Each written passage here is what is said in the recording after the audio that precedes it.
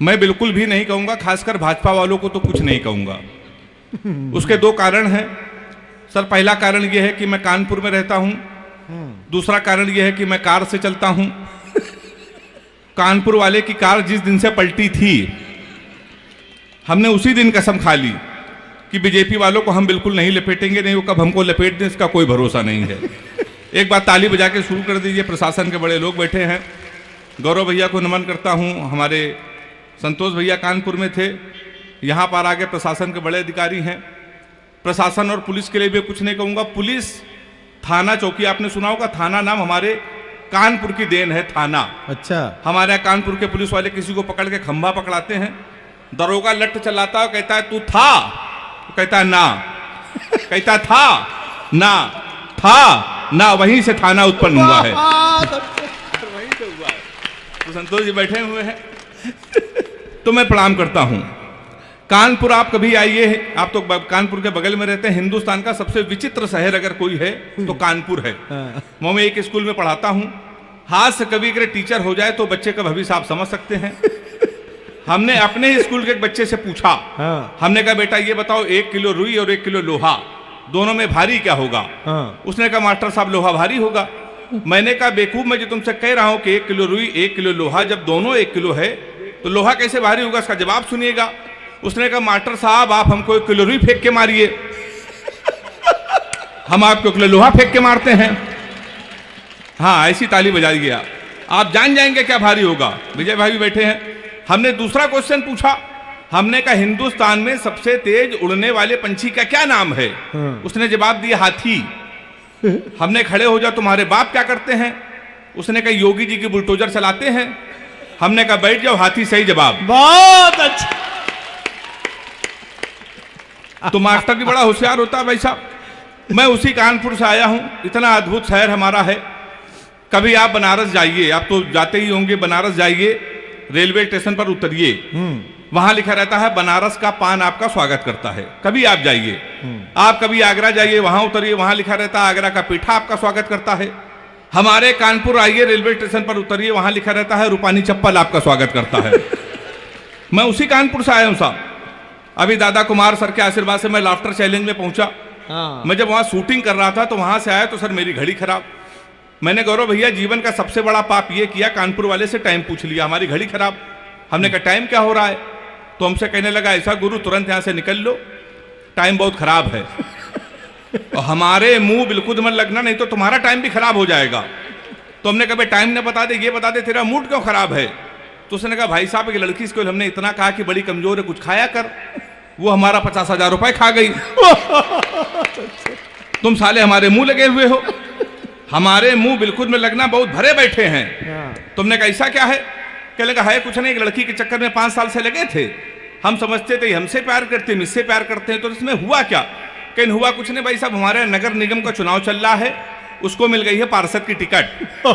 पूरे शहर में होल्डिंग लगी है, युवा दिलों की धड़कन पुष्पा पाल। तुम साले हमसे टाइम पूछ रहे हो? लोग तो नारा लगा रहे हैं मोहर मारो तान के पुष्पा को पहचान के। कल एक लड़का कान में नारा लगा रहा था, 10 बार हाथ उठा के ताली बजाना, लैया बड़ी करारी है, पुष्पा पाल हमारी है। तो सब हमारा उत्तर प्रदेश सबसे अद्भुत है। सर तो हमारे दिल्ली से आए हुए हैं। आप कभी दिल्ली जाइए, बंबई जाइए, बंबई के लोग अगर पैसा आ जाए तो अपने बच्चों का कैरियर बनाने के लिए सर करोड़ों खर्चा करते हैं। हरियाणा के लोग अपने बच्चे को स्टार बनाते हैं, स्पोर्ट्स में भेजते, करोड़ों खर्चा।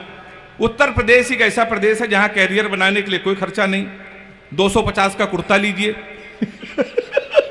350 का सफेद पैजामा, 50 रुपए का काला चश्मा, 40 रुपए गले में डालने वाला अंगोछा। हमारे यहाँ तैयार हो जाता है युवा हृदय सम्राट। ये केवल हमारे उत्तर प्रदेश में होता है सर। तो मैं उसी उत्तर प्रदेश का रहने वाला हूं। लोग बड़ी तुलना करते हैं तुम्हारा उत्तर प्रदेश कितना नकारा है, कितने आलसी लोग हैं। अभी जब हरियाणा के बच्चे ने भाला फेंक के स्वर्ण पदक जीता, तो एक वीर रस के कवि ने हमसे कहा अगर यही भाला हम पाकिस्तान में फेंक दें, पाकिस्तान तो निपट जाएगा। हमने कहा इसमें हिंदुस्तान की बेइज्जती है, भाला इतना बड़ा, पाकिस्तान इतना बड़ा। 4 लाइन में मैंने पाकिस्तान को निपटा दिया है। अगर वो निपट गया हो तो मुझे तालियां बजा के मुझे बताना। मैंने लिखा कपड़े जिस पे टंगते हैं वो कीली फेंक के मारेंगे, कसी हुई ना मिल पाई तो ढीली फेंक के मारेंगे, जो भाला फेंका नीरज ने वो चीन की खातिर रखा है, पाकिस्तान तुमको तो हम तीली फेंक के मारेंगे। हम लोग सब ऐसे ही निपटा देते हैं पाकिस्तान को। लोग बड़ी तुलना करते हैं, पाकिस्तान हमसे कहता है हम कश्मीर ले लेंगे, कश्मीर ले लेंगे, कश्मीर ले लेंगे। हमने कहा बेवकूफ पाकिस्तान, सीमा हैदर तो हमसे ले नहीं पा रहे हो, तुम हमसे कश्मीर ले लोगे। तो लोग बड़ी सब तुलना करते हैं कि हरियाणा के लोग स्वर्ण पदक जीतेंगे, उत्तर प्रदेश के लोग कितने नकारा हैं। हमने कहा इसमें बहुत बड़ा अंतर है। हरियाणा का बच्चा सर सुबह 4 बजे जगता है, सबसे पहले जाता है जिम, 4-5 घंटे जिम करता है, वहां से आता है 4-5 किलो फल खाता है, वो सो जाता है। शाम को 5 बजे फिर वो सो के उठता है, फिर वो जिम जाता है, फिर 4-5 किलो फल खा के 2-4 घंटे टहल के सो जाता है। हमारे उत्तर प्रदेश के लड़के कानपुर मल्लावा के 9:30 बजे सुबह सो के उठते हैं, वो भी तब जब उनका बाप उनको लतियाता है। सबसे पहले वो जाता है घर के नजदीक पुलिस चौकी, दरोगा के साथ एक सेल्फी लेता है, फेसबुक पे पोस्ट करता है, नए चौकी इंचार्ज रामकिशोर कनौजिया भाई साहब का सानिध्य प्राप्त हुआ। ताली हाथ उठा के बजाए एक बार जोरदार। क्या बारीक बात पकड़ी है भाई। ये हमारे उत्तर प्रदेश में होता है साहब। शाम को वो सो जाता है, शाम को जब वो सो के उठता है संतोष सर, तो 7-8 लड़कों से जो बियर की बोतल खोलता है, उसी दरोगा को प्रेशर में लेने के लिए स्पीकर खोल के फोन करता है, दरोगा जी नमस्कार, पहचाना। अब दरोगा जी समझते गुरु उस समय इसके मुंह न लगो, इस समय तो उसके लगी हुई है। दरोगा उसका फोन काट देता है, फिर वही दरोगा 12 बजे मारते मारते उसको थाने लेके आता है। अब की सेल्फी डालता है वो दरोगा, गुड्डू भैया 100 ग्राम चरस के साथ धरे गए। फिर गुड्डू भैया की होती रात भर कुटाई। 3 दिन बाद लोकल विधायक उसकी पैरवी करता है, फिर वो छूट के आता है, फिर वो विधायक बनता है। हम कवियों को बुला के सुनता है, ताली बजा सकते हैं। गौरव भैया यहाँ के लिए नहीं है, हमें सुरक्षित कानपुर भी जाना है। तो हमारा उत्तर प्रदेश बहुत अद्भुत है। 2-4-5 मिनट केवल मैं आपके और रहूंगा। रश्मि जी, गजेंद्र प्रियांशु जी श्रृंगार के बहुत बड़े कवि हैं। ये लोग आएंगे, आपको प्यार मोहब्बत की बातें बताएंगे, भटकाने की कोशिश करेंगे। मैंने प्यार मोहब्बत के विषय में सर कोई कविता नहीं लिखी, ऐसा नहीं कि कोई प्रेमिका नहीं है। योगी जी की सरकार, जब योगी जी की सरकार उत्तर प्रदेश में नहीं थी तो 15 प्रेमिकाएं थीं। जिस दिन योगी जी उत्तर प्रदेश के मुख्यमंत्री बने, हमने सबसे राखी बंधवा लिया, क्योंकि सर्वाधिक कुटाई किसी की यूपी में हुई तो प्यार करने वालों की।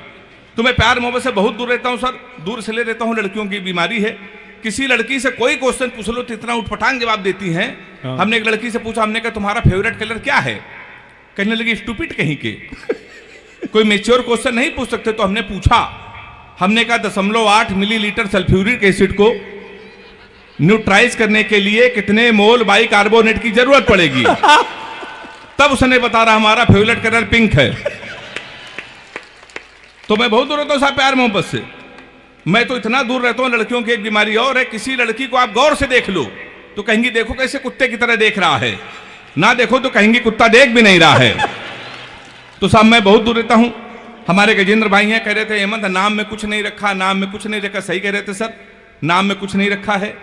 मुस्कान नाम था उसका, वो हमारा नुकसान करके चली गई। फिर हम रोशनी नाम की लड़की में शिफ्ट हुए तो 2.5 साल उसने भी हमको अंधेरे में रखा। लोग सही कहते हैं नाम में कुछ नहीं रखा। इन बेचारे लड़कों को देखिए, ये लड़कियों का नाम मोबाइल में सेव करते हैं, my honey baby, my darling, my sweet heart, my जानू। इन बेचारे लड़कों को देखिए, ये लड़कियों के नाम मोबाइल में सेव करते हैं। पप्पू हलवाई, राशिद प्लम्बर, मुन्ना हवलदार। ताली बजाइए जोरदार। तो हमारे साथ तो साहब ये होता है। अभी सर हमको दुबई ले गए थे देश के सबसे बड़े मुशायरे में। तो जब मैं दुबई गया तो हमारी वाली ने सर फोन किया, कहने लगी हमने सुना है तुम दुबई में हो। तो हमने कहा सही सुना है। कहने लगी हमारे लिए एक सोने की चैन ले आना। हमने कहा क्यों? लेकिन दुबई में एक तो सोना सस्ता है और जीवन भर में तुमको याद करती रहूंगी। तो हमने कहा पगली हम चैन नहीं लाएंगे फिर भी याद करती रहोगी। उसने पूछा कैसे?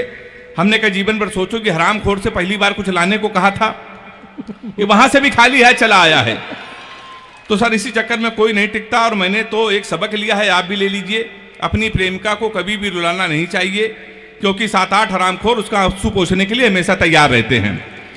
हमारी हालत क्या हो गई है? अंतिम 4 पंक्तियां पढ़कर मुझे पूरे तालियों के साथ विदा कीजिएगा। एक एक प्रेमिका को बांट कर ले गए, जो नहीं माना उसे डांट कर ले गए। जिस पेड़ पे बांधा था मोहब्बत का धागा, नगर निगम वाले उसे भी काट कर ले गए।